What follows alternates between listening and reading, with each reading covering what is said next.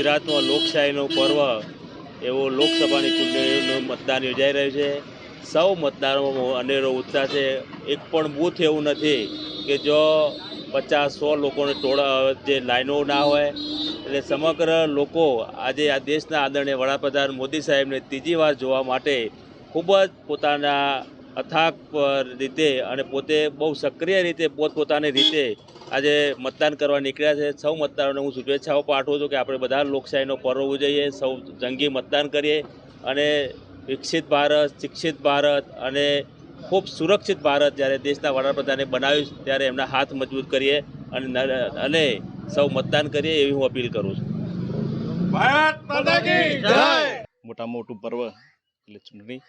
આજના દિવસે હું મારા ગામની અંદર મારા વક્તાપુર ઉજેડિયા બૂથ નંબર 2 ની અંદર મતદાન કરી અને મત આપ્યો। આ મતની એટલી તાકાત છે કે તમારા મતથી આ રાષ્ટ્રના હિત માટે, આ દેશના હિત માટે અને આવનારા સમયને દેશને મજબૂત કરવા માટે આ બધા જ ખૂબ મતદાન કરો। મતદાન ખૂબ મહત્ત્વનું છે। આજના દિવસે મારી બધાની વિનંતી, તમામ ભારતવાસીઓને અને તમામ ગુજરાતીવાસીઓને મારી વિનંતી કે આજના દિવસે આ બધા ખૂબ મતદાન કરો। આ દેશના હિત માટે અને દેશને મજબૂત કરવા માટે આ બધા મતદાન કરો એવી મારી આશા। ભારત માતા કી જય। વંદે માતરમ। ભારત દેશ વિશ્વની મોટી લોકશાહી ધરાવતો દેશ છે।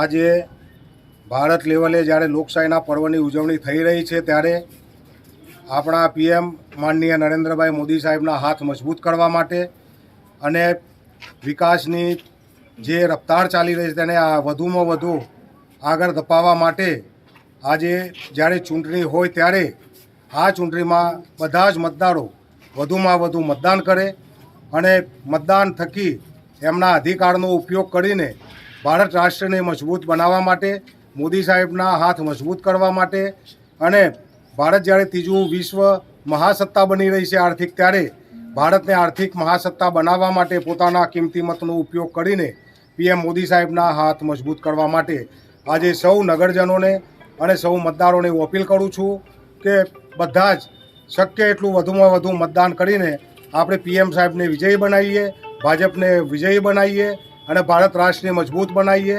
આજે જેટલો બી વિકાસ હોય એના કરતાં પણ વિકાસની દ્રષ્ટિએ આખા વિશ્વમાં ભારત અગ્રેસિવ થાય એ ટાઈપના પ્રયત્ન કરવા માટે આજે આપણે સૌ લોકશાહીના પર્વની ઉજવણી માટે વધુમાં વધુ જંગી મતદાન કરીને આપણે ભાજપ પક્ષને વિજેતા બનીએ તેવી હું અભિલાષા વ્યક્ત કરું છું। અસ્તુ, જય હિન્દ।